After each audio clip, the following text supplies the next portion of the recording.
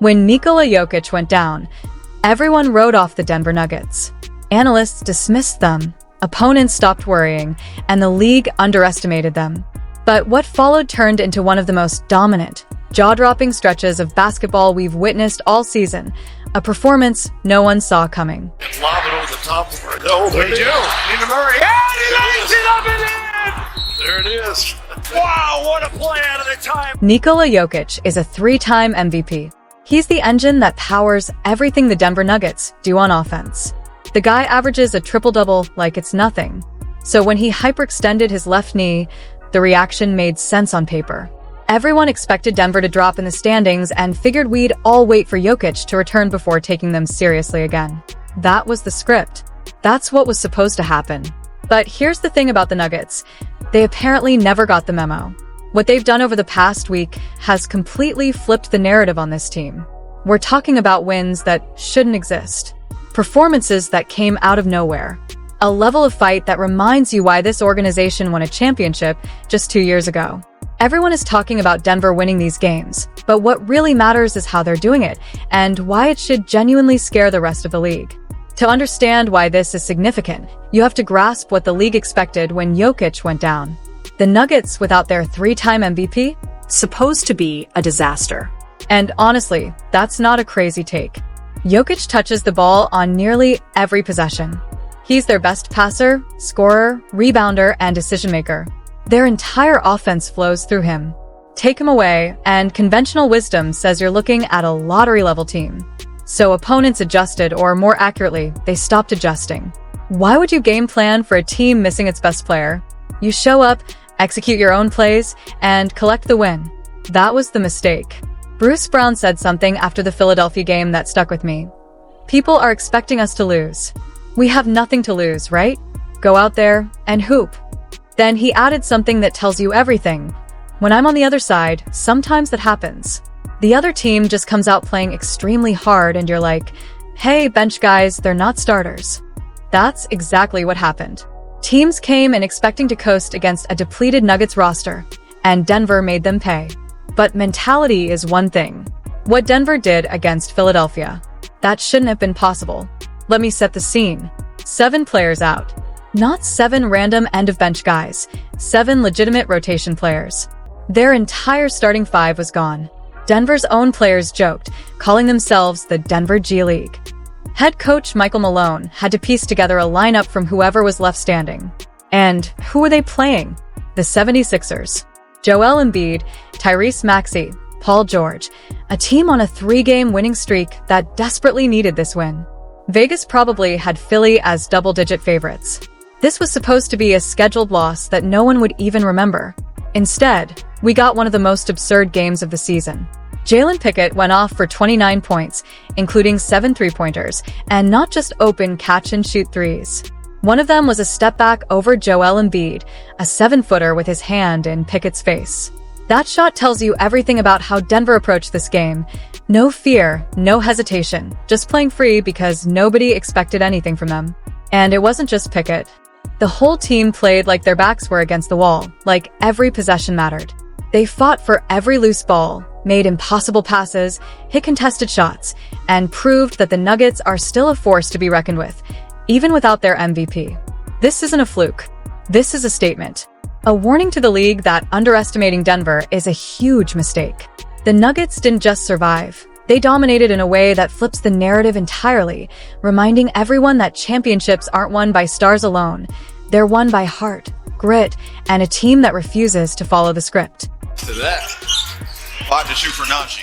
On the attack. And the adjustment for Zeke Nagy had to step in at center against Joel Embiid, and he delivered. 21 points, 8 rebounds, 4 blocks, playing completely out of position. Even Hunter Tyson was out there, knocking down threes and trash-talking like a seasoned vet. Against a full-strength Philadelphia 76ers squad, the Nuggets somehow pulled off a 125-124 overtime victory with a roster that most NBA fans wouldn't even name 3 players from. Bruce Brown hit the game winner off a goal line stop by Embiid, while Jokic, sidelined with his knee, was literally shouting defensive instructions to his young teammates on the final possession. If the Philly game was shocking, Denver's showdown with Boston just 2 days later was a statement. Loud, clear, and impossible to ignore. Boston had been one of the hottest teams in the league, winning 8 of their last 9 games, boasting the second-best offense in the NBA, and with Jaylen Brown having a career year. Unlike Philadelphia, the Celtics weren't going to overlook anyone. What followed was nothing short of war. 26 lead changes, 9 ties, and neither team able to pull away for 3 quarters. Boston held Denver scoreless for over 6 minutes in the third quarter and still couldn't build a comfortable lead. Every time the Celtics tried to assert control, Denver responded. Then came the fourth quarter.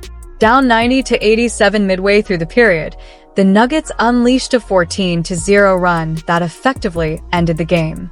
Boston had no answer. Cold shooting, turnovers piling up, and Denver hitting shot after shot. Peyton Watson scored 9 points in that run, while Zeke Nagy added 8 more. These were the players who were supposed to crack under pressure. Final score, 114-110, Denver. But beyond the final score, the individual performances were extraordinary. Jamal Murray finished with 22 points and 17 assists, a career high, and against one of the best defenses in the league. To put it in perspective, Murray had more assists than the entire Boston team, which totaled 16. He was operating on another level, finding teammates in positions they didn't even realize were open, controlling the tempo of the game like a chess master while everyone else played checkers. And then there's Peyton Watson. This kid is one of the NBA's most compelling developmental stories. Drafted as a raw prospect, all athleticism and potential but with questions about whether he could put it together, Watson is now proving everyone wrong. Against Boston, he dropped 30 points on 10 of 15 shooting, including 6 of 7 from 3. Every time the Celtics made a run, Watson hit a dagger shot, showing confidence and poise far beyond his 23 years. This isn't just one game. Over the last 5 games without Jokic, Watson is averaging 24. For points, 5. 8 rebounds, a steal, and a block per game. He's shooting 41% from 3 and has scored 20-plus points in every single game. A legitimate breakout in real time. Here's the wild part. Watson is playing himself into a contract that Denver might not even be able to afford. The Nuggets already had to trade Michael Porter Jr. last offseason to add depth. Now, Watson's emergence complicates their roster plans even further. But that's a problem for later. Right now, he's giving Denver everything they need and more. While Watson is breaking out, Murray is playing the best basketball of his career. He's averaging career highs across the board: 25, 3 points, 7, 5 assists, and 44. 3% from 3. And he's doing it under pressure. With Jokic healthy, Murray can defer, pick his spots, and let Jokic carry the load. Without Jokic, he's the engine, and he's risen to the challenge completely. The 17 assists against Boston, 16 against Brooklyn. This isn't just scoring. He's running an entire offense and elevating everyone around him. That's what all-stars do, and Murray is proving he belongs in that conversation.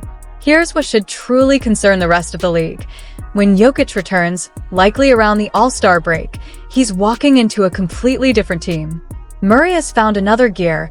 Watson has emerged as a legitimate third or fourth option, and the bench players have proven they can compete with anyone under any circumstances. Imagine that in a playoff series, a Jokic-Murray duo, Watson capable of dropping 30, Gordon and Brown almost fully healthy, and role players seasoned from meaningful wins. That's a nightmare matchup for anyone. The Nuggets were supposed to crumble without Jokic. Instead, they've developed the depth and confidence championship teams need. They've battle-tested their young players and discovered what Murray and Watson can do under pressure. The league assumed losing Jokic meant losing for Denver. What it actually did was ignite a fire in a team that knows it can beat anyone. Last year, the Nuggets fell in the second round, exposed for lack of depth. When rotations shortened and minutes increased, Denver ran out of trusted bodies. That was why they made roster moves in the offseason, trading Porter Jr. for Cam Johnson, bringing back Bruce Brown, adding Valanciunas and Hardaway Jr. to build a roster that could endure when it mattered most. But depth isn't truly tested until fire hits. You can put names on paper, but until players are thrown into high-pressure games and forced to deliver, it's all theory. Denver's fire came, and the roster answered. The young players thrived. Jamal Murray took over when needed. Watson emerged as a scorer capable of changing games. Nagy, Tyson, and the bench squad proved they could compete with anyone. The Nuggets' depth problem has been solved in real time. Think about what this means for the playoffs. A Jokic-led team with Murray, Watson, healthy role players, and a tested bench? That's a team that can beat anyone, anywhere, and it's not a theory anymore. What Denver has built isn't just a stopgap. It's a legitimate contender, battle-tested without its MVP, and ready to make a run when the spotlight hits. The NBA expected a lottery team. Instead, they got a Nugget squad that thrives under pressure, dominates without its star, and reminds the league that championships aren't won by stars alone. They're won by teams with heart, grit, and depth. Do you think Denver's bench is legit? Comment below. And as always, hit the like button, subscribe for more videos, and maybe check out one of these videos on your screen now.